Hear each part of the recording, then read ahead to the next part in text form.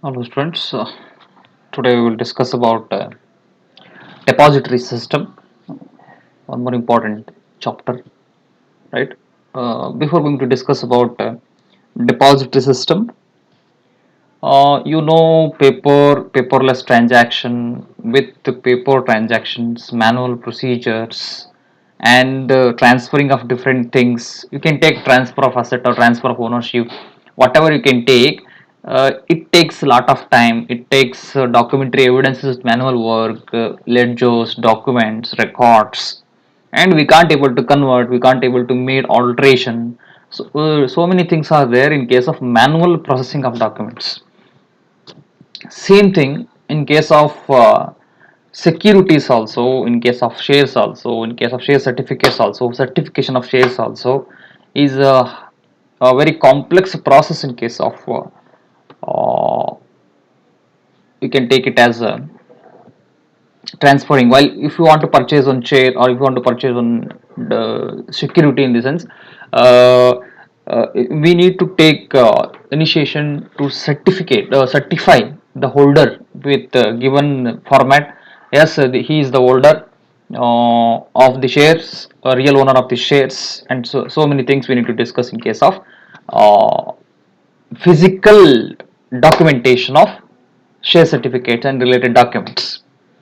So different aspects are there, confusions, documentary evidences, maintaining the records, and different things we need to discuss. And a lot of problems are there in case of while maintaining the physical evidences or physical documents, manual documents in case of uh, system, in case of stock system, stock market system. So instead of doing these things, correct, the depository system is introduced. So what do you mean by depository and depository system? A depository is an organization like a central bank where the securities of shareholder are held in the electronic form at the request of shareholder through the medium of a depository participant. Depository nothing but it is an organization. It is an organization. It is like an organization, like a bank. So depository system in the sense it functions like a banking system. Same thing. A bank holds accounts, whereas the depository system holds securities. So bank transfers the funds between accounts, whereas the depository system or depository transfers securities between accounts.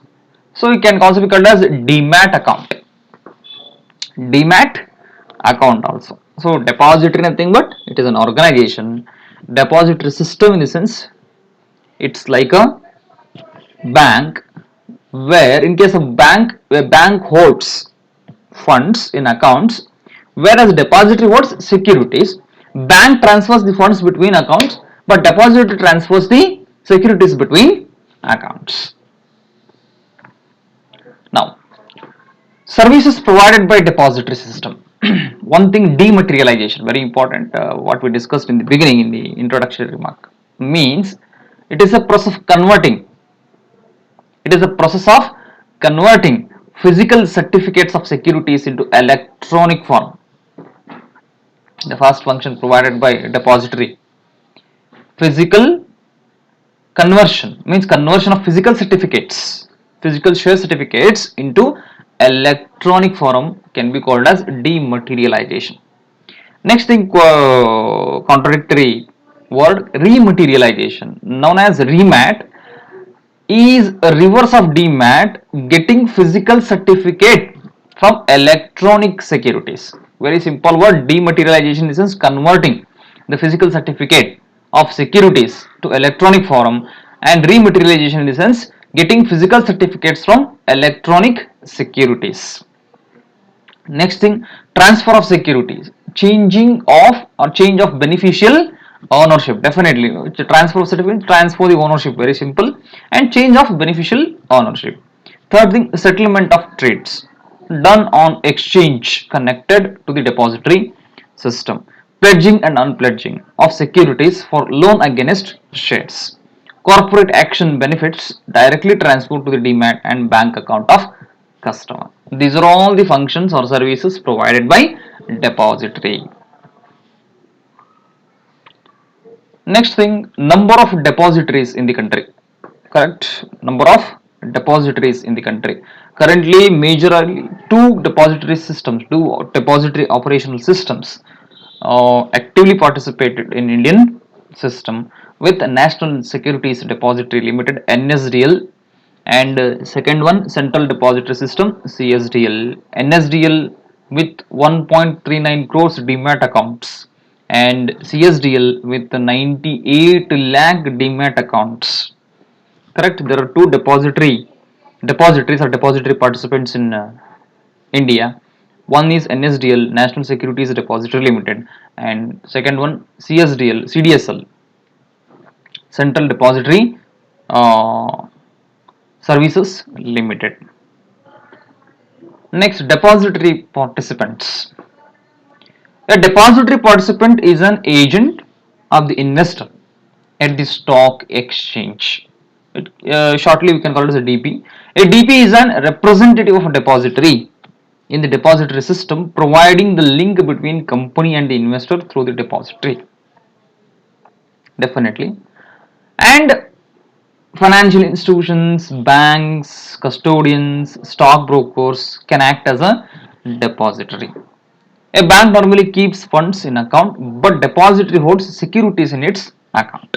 Very simple, what we explained in the last discussion. And who can be a depository? Who can act or who can be a depository participant? Very simple. Any financial entity any financial entity that passes the eligibility criteria of the SEBI norms for providing demat related services as DP can serve as a DP. It can be public financial institutions, state financial corporations, banks, non-banking financial companies, stock brokers, registrar, and transfer agents.